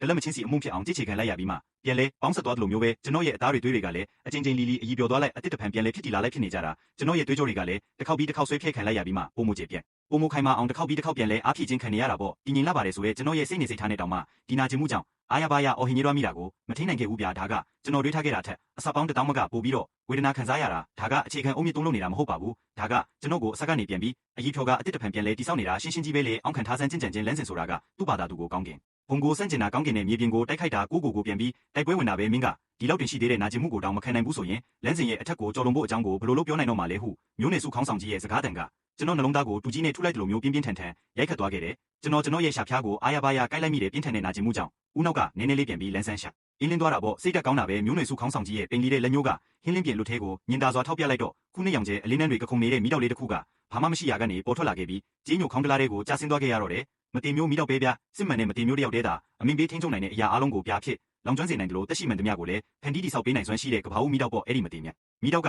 brand ပါရာနေမြေရဲ့ကိုဝင်ရောက်သွားတဲ့တစ်စက္ကန့်မှာပဲဟင်းဟောက်တန်ကြီးနဲ့အတူမိပင်လေပြင်းကြီးတစ်ခုဖြစ်ပြောင်းလဲသွားခဲ့ရပြီးကျွန်တော်နဲ့ပလက်လင်တစ်ခုလုံးကိုဝါမျိုးဖြစ်လိုက်တော့ပါပဲ brand ပါရာစွမ်းအင်တွေကိုမိဖို့ဖြစ်သုံးပြီးမတင်မျိုးမိတော့ကိုတော့သူဖြစ်သုံးထားတာဆိုတော့ကျွန်တော်ရဲ့ခန္ဓာကိုယ်ဟာမိတော့တွေရဲ့သုံးလုံးမှုအောက်မှာအန်လက်စရာကောင်းလောက်အောင်ထိန်ထိန်လင်းတောက်ပလာခဲ့တော့တယ်ကျွန်တော်ခန္ဓာကိုယ်ထဲမှာရှိတဲ့အညစ်အကြေးတွေကတော့တစီအနီထိုင်တက်ဆင်သွားခဲ့ရဗျကျွန်တော်ရဲ့သွေးတွေကလည်းရဲရဲနီနေတဲ့အယောင်ကနေဖြည်းဖြည်းချင်းဖြိုးတော့ရွှေရောင်ဖြစ်ပြောင်းလဲသွားခဲ့တာပေါ့သွေးတစ်ဆက်ချင်းစီမှာကြေတာယာတစ်ခုရဲ့စွမ်းအားတွေကန့်ညီနေတယ်လို့မျိုးပဲပြပြီးတော့ကျင့်ကြံသူတိုင်းရဲ့လမ်းစဉ်စတင်ရနေရဖြစ်တဲ့ကျွန်တော်ရဲ့တန်ကြံနေရမှာတော့ brand ပါရာစွမ်းအင်တွေနဲ့မတင်မျိုးမိတော့တွေပေါင်းဆက်ပြီးရဲလုတ်ထားတဲ့ကြီးမားလာတဲ့ဝဲကြီးရဲ့ကြီးတစ်ခုဟာဖြည်းဖြည်းချင်းပုံတံထန်ပေါ်ထွက်လာခဲ့ရတော့တဲ့ကျင့်ကြံခြင်းလမ်းစဉ်ရဲ့ပထမဆုံးနယ်ပဲဖြစ်တဲ့သွေးသုံးလို့ချင်းနယ်ပဲဆိုတာခံဒါကိုရဲ့အနှစ်သာရသွေးတွေကိုတန့်စင်ပြီးသက်ဆောင်စီနှစ်တွေကိုစူးစီးရတာဗျတာမန်ပါယမီရှင်တယောက်ကသက်ဆောင်စီနှစ်အနေငယ်များလောက်ပဲစူးစီးနိုင်ပြီးပါယမီရှင်လို့ခေါ်ခံရတာပေါ့တကယ်ထိပ်တီးပါယမီရှင်တွေဖြစ်တဲ့မင်းသားတွေနဲ့စိတ်မျိုးသမီးတွေတောင်မှအလုံးစုံစူးစီးနိုင်တာတောင်းကနန်းနေငယ်ပဲရှိတာပြီးတော့မတန်းတွေရဒီနယ်ပဲရဲ့ theory ရအမြင့်ဆုံးတိုင်းစားကတော့သက်ဆောင်စီနှစ်3,800ထိစူးစီးနိုင်ဖို့ဖြစ်ပြီးအဲ့ဒီလိုဆိုရင်တကိုယ်လုံးကစင့်ခန္ဓာကိုအဖြစ်ပြောင်းဒီလေသွားကဘလို့ချင်းစင်တွေနဲ့မှလာပြီးထိပါလို့မရတော့ဘူးလေဒါပေမဲ့အဲ့ဒါက theory တက်ပဲဗျရှေးခေတ်ကလေးကနေအခုထိဘယ်သူမှအဲ့ဒီအဆင့်ကိုမရောက်ဖူးကြဘူးဒါပေမဲ့ဒီနေ့မှာတော့ဒီဒနာရီကြီးကကျွန်တော်ပေါ်မှာတင်အပြည့်ပိုင်ပျက်စီးသွားတော့မှာပေါ့ကျွန်တော်ရဲ့တန်ကြံတွေကဝဲကြီးရဲ့အတွင်းမှာတော့ရွှေရောင်သက်ဆောင်စီနှစ်တွေကတစ်ခုပြီးတစ်ခုအဆက်မပြတ်စူးစီးဖြစ်တည်လာခဲ့ကြပြီး1000 3000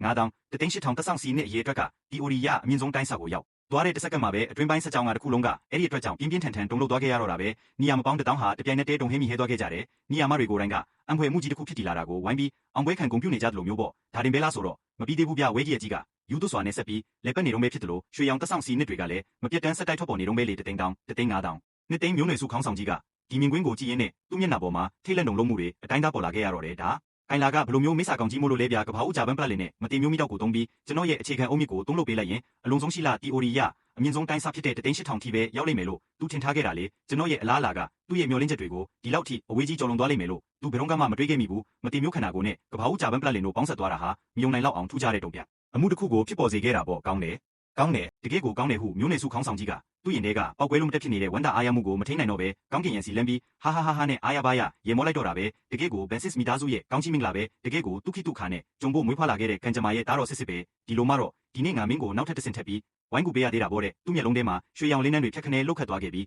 သူကရုတ်တရက်ဘားစားဟာကတွေးကြအောက်တံပတ္တများလိုမျိုးရဲရဲနေနေတဲ့အရေးတစ်ဆက်ကိုထွေးထုတ်လိုက်တဲ့စစ်မှန်တဲ့မတင်မျိုးတယောက်ရဲ့နှလုံးသားသွေးအနှစ်သာရပြသူ့ရဲ့တသက်တာကျင့်ကြံခြင်းရဲ့အစီနဲ့အစစ်အမှန်ပေါ့သွေးတစ်ဆက်တည်းတင်ရှိသေးတယ်ကြေတာယာနေမြေတစ်ခုလုံးကိုမှုမှုညံ့ညံ့ခြေမုံပြနိုင်စွမ်းရှိတာသူကလက်ညှိုးတစ်ချက်တောက်လိုက်တော့အဲ့ဒီနှလုံးသားသွေးတစ်ဆက်ကသွေးရောင်လင်းနှန်းတစ်ခုအဖြစ်ပြောင်းလဲသွားခဲ့ပြီးကျွန်တော်ရဲ့မျက်ခုံးလေဖိုးတိတ်တိတ်စီကိုမျက်စိတမိတ်အတွင်းမှာပဲတန်းဝင်သွားခဲ့ရတော့တယ်ဝုံဤခနဲ့ပဲကျွန်တော်ခန္ဓာကိုယ်ကြီးကအထဲကိုနျူကလ িয়ার ဘုံတစ်လုံးပစ်ချလိုက်ရတယ်လို့မျိုးနေမင်းကြီးတစ်ခုလိုဖြစ်သွားခဲ့ရပြီးပေပေါင်းတန်းနဲ့ချီတဲ့နက်ပြားလင်းနှန်းတွေအပြင်ကိုဝုံခနဲ့ပွင့်ထွက်လာခဲ့တော့ပါပဲကျွန်တော်တန်ကြံတွေကသက်ဆောင်စီနဲ့အရေးအတွက်ကလည်းပောက်ကွဲထွက်မတက်ပဲယူသွစွာနဲ့အပေါ်ကိုတရားဟောမင်းတက်လာခဲ့ပြီလေ3သိန်း5သိန်း8သိန်းတတန်းသက်ဆောင်စီနဲ့အရေးအတွက်ကနောက်ဆုံးမှာတတန်းထိရောက်ရှိသွားပြီးတည်ငြိမ်သွားတဲ့အခါမှာတော့သက်ဆောင်စီနဲ့အားလုံးဟာရုတ်တရက်အတွင်းဘက်ကိုပြန်လဲဆူဆီးသွားခဲ့ကြပြီးရွှေရောင်နက်ပြားပုံတထန်လေးတစ်ခုအဖြစ်ပေါ်လာခဲ့ရတော့တယ်အဲ့ဒီနက်ပြားပုံတထန်လေးကဝေးကြီးရဲ့ဗဟိုချက်တိတ်တွေမှာတင်ပလက်လင်ခွေဝင်ထိုင်လိုက်တာပေါ့သူ့ရဲ့အရှိန်ဝါကခညားထဲဝါပြီး တီကြီးလေးနဲ့လာတယ်လို့သူ့ရဲ့မျက်နှာကလည်းကျွန်တော်မျက်နှာနဲ့အတိအကျထပ်တူပဲဗျခေတ်အဆက်ဆက်တမိုင်းတစ်လျှောက်မှာမကြုံစဘူးပထမဆုံးအကြိမ်အဖြစ်သွေးသွင်းလို့ချင်းနယ်ပယ်မှာတက်ဆောင်စီနှစ်တန်းထိစူးစီးနိုင်ခဲ့ပြီးနက်ပြားလိညင်အိုးအိမ်တစ်ခုကိုပါဖြစ်တည်စေခဲ့တာလေဒါကဒန်နာရီကိုဖျက်ဆီးပစ်တာမျိုးတင်မဟုတ်တော့ဘူးဒါကရှေ့မှာလည်းရှိမနေခဲ့ဘူးလို့နောက်မှာလည်းရှိလာဖို့မလွယ်တော့တဲ့ကဘာတစ်ဒန်နာရီတစ်ဆက်ဆက်တစ်ခုကိုကိုယ်တိုင်ဖန်တီးတည်ဆောက်လိုက်တာအတိဓာကြီးပါမျိုးနယ်စုခေါင်းဆောင်ကြီးကဒီမြင်ကွင်းကိုကြည်ရင်စိတ်လှရှားလုံးလို့တကူလုံးကိုတုံ့ပြန်နေခဲ့ရပြီးသူကဗန်စစ်မိသားစုအတွက်တကယ်ကိုကြောက်မဖွယ်ကောင်းတဲ့မစ္စာကောင်ကြီးတစ်ကောင်ကိုသူ့လက်နဲ့ကိုယ်တိုင်ဖန်တီးပေးလိုက်မိပြီဆိုတာသူကောင်းကောင်းကြီးသိသွားပြီလေချင်းညိုခေါင်းကလာထဲမှာတော့ဗရန်ပရာစွမ်းအင်တွေကတဖြည်းဖြည်းချင်းပြန်လဲတည်ငြိမ်သွားခဲ့ရတယ်လို့မတင်မျိုးမိတော့တွေကလည်းဖြည်းဖြည်းချင်းငြိမ်သက်သွားခဲ့ရပြီးကျွန်တော်ကဘန်းနုရောင်ကြပန်းပလက်လင်ပေါ်မှာတင်ပလက်လင်ခွေထိုင်နေတာပေါ့မျက်လုံးနဲ့စလုံးကိုတင်းကျင်နေအောင်မိတ်ထားခဲ့ပြီးကျွန်တော်ရဲ့အရှိန်ဝါတွေကတော့ခညားထဲဝါလာတယ်လို့တီကြီးလေးနဲ့နေခဲ့ပြီးကျွန်တော်ခနာကိုရဲ့အတွင်းထဲမှာတော့ရွှေရောင်တက်ဆောင်စီနှစ်တန်းကနေဖြစ်ပေါ်လာတဲ့နက်ပြားလိညင်အိုးအိမ်လေးကကျွန်တော်ရဲ့တန်ကြံထဲမှာငြိမ်ငင်းလေးထိုင်နေခဲ့ပြီးကျွန်တော်နှလုံးခုန်တန်းနဲ့အတူအကွက်ကြကြလှုပ်ခတ်နေတယ်လို့ကျွန်တော်နဲ့တသားတည်းပေါင်းစည်းပြီးအသက်ရှူနေခဲ့တာပေါ့အသက်တစ်ချက်ရှူသွင်းရှူထုတ်လုပ်လိုက်တိုင်းမှာလဲကောင်းကင်နဲ့မြေပြင်ရဲ့အစီအနစ်အမြောက်များကိုအလိုလျောက်ဆွဲယူစစ်ထုတ်ပေးနေခဲ့ပြီးအဲ့ဒါတွေကိုတန်းစင်ဆုံးစွမ်းအားတွေအဖြစ်ပြောင်းလဲကတကူလုံးကိုစီးဆင်းစေခဲ့တာဗျကျွန်တော်ရဲ့ကြင်ကြံချင်းစင်ကလူသားလန်းစင်ရဲ့ပထမဆုံးနယ်ပယ်ဖြစ်တဲ့သွေးသွင်းလုပ်ချင်းနယ်ပယ်တွေကိုခြီလန်းလန်းဝင်လိုက်ရုံလေးတင်ရှာဤသေးပေမဲ့ပေါ့ကျွန်တော်ခနာကိုယ်ထဲကနေညဉ့်ညမ်းတဲ့လေပူရှည်ကြီးတစ်ချက်ကိုမှုတ်ထုတ်လိုက်တယ်အဲ့ဒီလေပူတွေကကျွန်တော်ခနာကိုယ်ထဲကနေထွက်သွားပြီးတဲ့နောက်မှာတော့လေထုထဲမှာလက်သေးတွေအဆွဲတွေနဲ့အနက်ရောင်ငကားကြီးတစ်ကောင်ဖြစ်ပြောင်းလဲသွားခဲ့ပြီးအထက်မှာတပက်လက်ပတ်ပြီးမှဖြည်းဖြည်းချင်းပြေလွင်ပြောက်ွယ်သွားခဲ့ရတော့တယ်ဒါကကျွန်တော်ခနာကိုယ်ထဲကနေစစ်ထုတ်တန်းစင်လိုက်တဲ့နောက်ဆုံးအညစ်အကြေးအပိုင်းစာပေါ့ဒီနေ့ကစားပြီးကျွန်တော်မှာဘာပြစ်အနာစာမှမရှိတဲ့စစ်မှန်တဲ့လမ်းစဉ်နဲ့တသားထဲကျနေတဲ့ခနာကိုစစ်ရှိသွားခဲ့ပါပြီ